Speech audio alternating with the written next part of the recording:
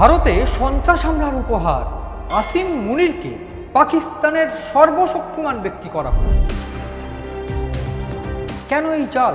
কেন সর্বশক্তিমান পদ পাওয়ার পরেই বা সেই জায়গা পাওয়ার পরেই আসিম মুনিরের বুদ্ধিতে ইউক্রেন থেকে ড্রোন কিনছে পাকিস্তান?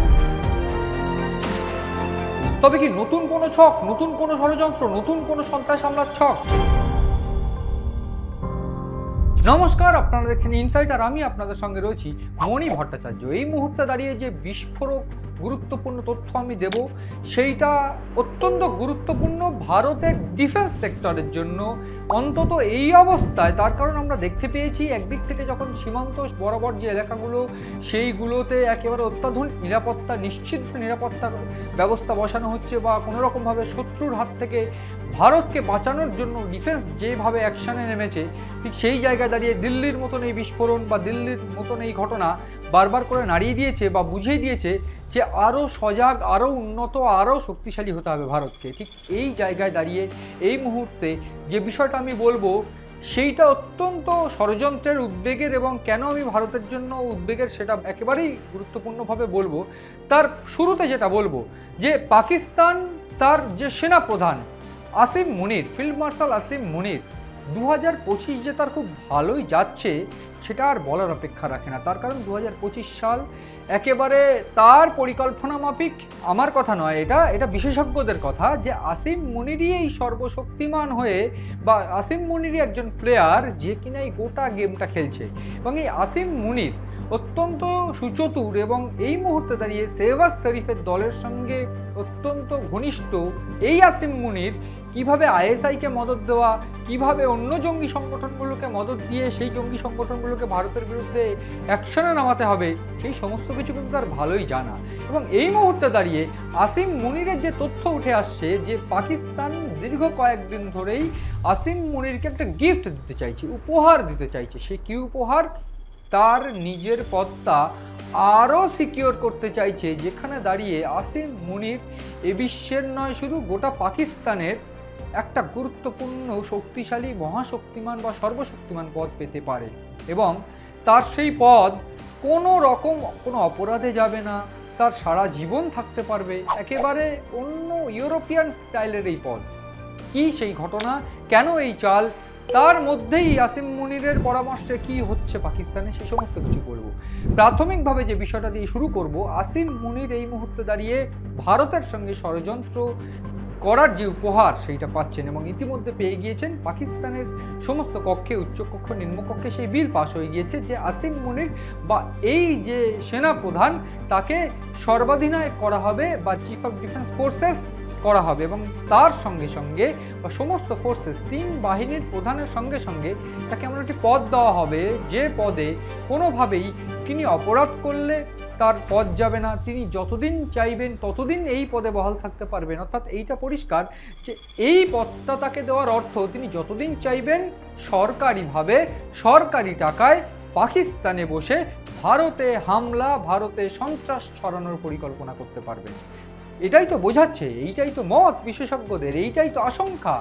তার কারণ এপ্রিল মাসে যখন অপারেশন সিঁদুর হওয়ার আগে পেহেলগাঁও হামলা হয়, বিশেষজ্ঞদের মত ছিল যে পাকিস্তানের এই শেহবাজ শরীফ সরকার এবং বেসিক্যালি সেনাদের এই সেনাপ্রধান তারা আইএসআই থেকে শুরু করে, লস্কর-ই তৈবা থেকে শুরু করে জৈশ-ই মোহাম্মদ সহ বিভিন্ন জঙ্গি সংগঠন, টিটিপি, এই যে জঙ্গি সংগঠনগুলো আছে বা টিআরএফ, অবশ্যই তাদেরকে এক প্রকার এক ছাতার তলায় নিয়ে তাদেরকে ট্রেনিং দেওয়া, ফান্ড জোগাড় করে দেওয়া, বিদেশের ফান্ড এনে দেওয়া, এই সমস্ত কিছু এই সেনা প্রধানের মস্তিষ্ক প্রসূত বলে মনে করা হয়েছিল বা তথ্য উঠে আসছিল।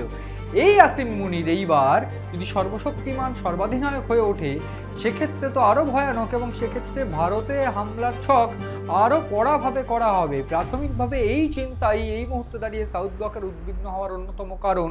এবং তারই মধ্যে যেটা দেখা গিয়েছে যে ড্রোন কিনতে শুরু করেছে। এই যে ঘটনাক্রম চলছে, যেখানে দাঁড়িয়ে আসিম মুনিরকে একটা সর্বাধিনায়ক বা সর্বশক্তিমান জায়গা দেওয়া হচ্ছে, সেই সর্বশক্তিমান হয়েই তিনি প্ল্যান করতে শুরু করে দিয়েছেন যে ভারতে হামলার কিভাবে অত্যাধুনিক উপায় করা যাবে। দিল্লি ব্লাস্ট এই সময় হয়েছে এবং দিল্লি ব্লাস্টের সঙ্গে জৈশ ই মোহাম্মদের একটা যোগাযোগ পাওয়া গিয়েছে। কিন্তু দিল্লি ব্লাস্টের সঙ্গে জৈশ ই মোহাম্মদের যোগাযোগ থাকা সত্ত্বেও তেমনভাবে ভারতীয় সেনা যে অ্যাকশানে নামছে এই মুহূর্তে দাঁড়িয়ে, সেটা কিন্তু পাকিস্তানের এই মুহূর্তে দাঁড়িয়ে ভয় পাওয়ার কারণ ছিল। কিন্তু এই মুহূর্তে পাকিস্তান সেইটা যেটা করছে সেটা অত্যন্ত গুরুত্বপূর্ণ ভারতের, যেটা আমি বলছিলাম সিকিউরিটির জন্য। কেন?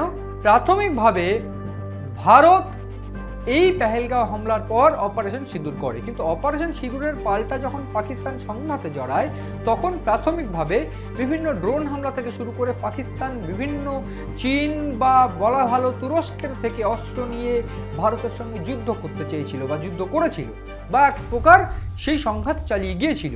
কিন্তু এই মুহূর্তে দাঁড়িয়ে সেই পাকিস্তান এই আসিম মুনিরের বুদ্ধিতে আরও অত্যাধুনিক ড্রোন কিনছে। একদিকে যখন রাশিয়া ইউক্রেন যুদ্ধ চলছে, আমরা দেখেছি ইউক্রেনের অত্যাধুনিক ড্রোনে রাশিয়ায় ভয়াবহ হামলা তারা চালিয়েছে এবং ঠিক সেই প্রকারের ড্রোন এইবার পাকিস্তান কিনতে চলেছে। এবং পাকিস্তানের সরকারি ডিফেন্স কোম্পানি HIT এবং ইউরোপিয়ান ড্রোন কোম্পানির মধ্যে একটা ডিল ইতিমধ্যে সম্পন্ন হয়েছে এবং সেই ডিলের মাধ্যম দিয়ে বেশ কয়েকটি ড্রোন কিন্তু পাকিস্তান কিনতে চলেছে। এবং ঠিক সেই ডিল কেন গোপনে হচ্ছে, তথ্য বলছে যে এই ডিল হচ্ছে মূলত গোপনে, তার কারণ এই সরঞ্জাম, এই অস্ত্র দিয়েই, এই ড্রোন দিয়েই ভারতের উপর সংঘাত বা ভারতের উপর সন্ত্রাস হামলা করা আরও সহজ। এবং ঠিক সেই বুদ্ধিগুলো সমস্তটাই আসিম মুনিরের বুদ্ধি বলেই এই মুহূর্তে দাঁড়িয়ে বিশেষজ্ঞদের মত। ফলে সব মিলিয়ে দাঁড়িয়ে এই আসিম মুনির পাকিস্তানের একদিকে তেহরিকি তালিবানের সঙ্গে সংঘাত, অন্যদিকে সেই সংঘাত এক প্রকার একটা উচ্চ পর্যায়ে পৌঁছে গেলেও পাকিস্তান কোনোভাবে নিজের যে কালচার, নিজের যে চরিত্র, সেই চরিত্র নিজেদের শোধরাবে না, বরং ভারতের সঙ্গে কিভাবে যুদ্ধ করা যায় সেই যুদ্ধ প্রস্তুতি তারা শুরু করেছে এবং সেনারা যুদ্ধ প্রস্তুতি শুরু করছে আসিম মুনিরের বুদ্ধিতে। এবং সেই জায়গায় দাঁড়িয়ে শেহবাজ শরীফের সরকার কতটা নির্লজ্জ, একদিকে ইমরান খানের সরকার এই সমস্ত কিছু নিয়ে কিন্তু প্রতিবাদ করছে, পথে নেমেছে, গৃহযুদ্ধের মতো পরিস্থিতি, কিন্তু তা সত্ত্বেও এই শেহবাজ শরীফের সরকার, নির্লজ্জ সরকার, আসিম মুনিরকে এই ভয়ানক পদ দিয়ে সর্বাধিনায়ক, সর্বশক্তিমান বানিয়ে তাকে কোনোভাবে আইন কোনো কিছু করতে পারবে না, তার কোনোভাবে ক্ষমতা যাবে না।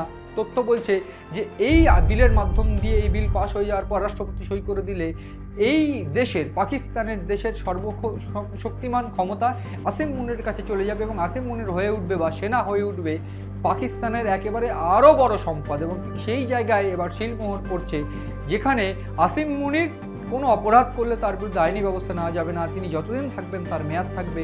ফলে এই আসিম মুনির যে ভারতের বিরুদ্ধে আরও ষড়যন্ত্র করবেন সেটা কিন্তু গোয়েন্দারা এই মুহূর্তে বুঝতে পেরে গিয়েছে এবং এই ডিল তার অন্যতম প্রমাণ, যেখানে ইউক্রেন থেকে একটা ভয়ানক অস্ত্র, ভয়ানক ড্রোন তারা কিনতে চলেছে। কিন্তু এখানে আমি একটু বলে রাখতে চাইব যে নোটাম, যেটা এই মুহূর্তে উত্তর পূর্ব সীমান্তে রয়েছে এবং যেটা এই মুহূর্তে গুজরাটে এই সার্কিট চত্বরে রয়েছে, সেখানে দাঁড়িয়ে এই গুজরাট চত্বরে যেখানে সার্কিট সীমান্ত, সেই সমস্ত জায়গায় ভারতীয় সেনার যে অ্যাকশন, সেই অ্যাকশন বা কাশ্মীরে ভারতীয় সেনার যে অ্যাকশন, সেইটা কিন্তু পরিষ্কার করে দিচ্ছে যে যতই এই পাকিস্তান বাংলাদেশকে সঙ্গে নিয়ে হলেও বা বাংলাদেশ বা পাকিস্তান ইটসেলফ যদি সেনাদের মাধ্যম দিয়ে কোনো ষড়যন্ত্র তারা করে, সেক্ষেত্রে তারা কিন্তু একেবারে স্পষ্ট উত্তর পেয়ে যাবে ভারতীয় সেনার তরফ থেকে। ফলে সব মিলিয়ে অপারেশন সিঁদুর 2.0 বা অন্য কোনো অপারেশন, পাকিস্তান যদি সন্ত্রাসবাদী হামলা করতে চায় বা বর্ডার সংলগ্ন এলাকায় সন্ত্রাসবাদ পোষণ করে বা সেই সমস্ত জায়গায় অ্যাক্টিভিটি বাড়ায়, তাহলে কিন্তু জবাব দেওয়া হবে।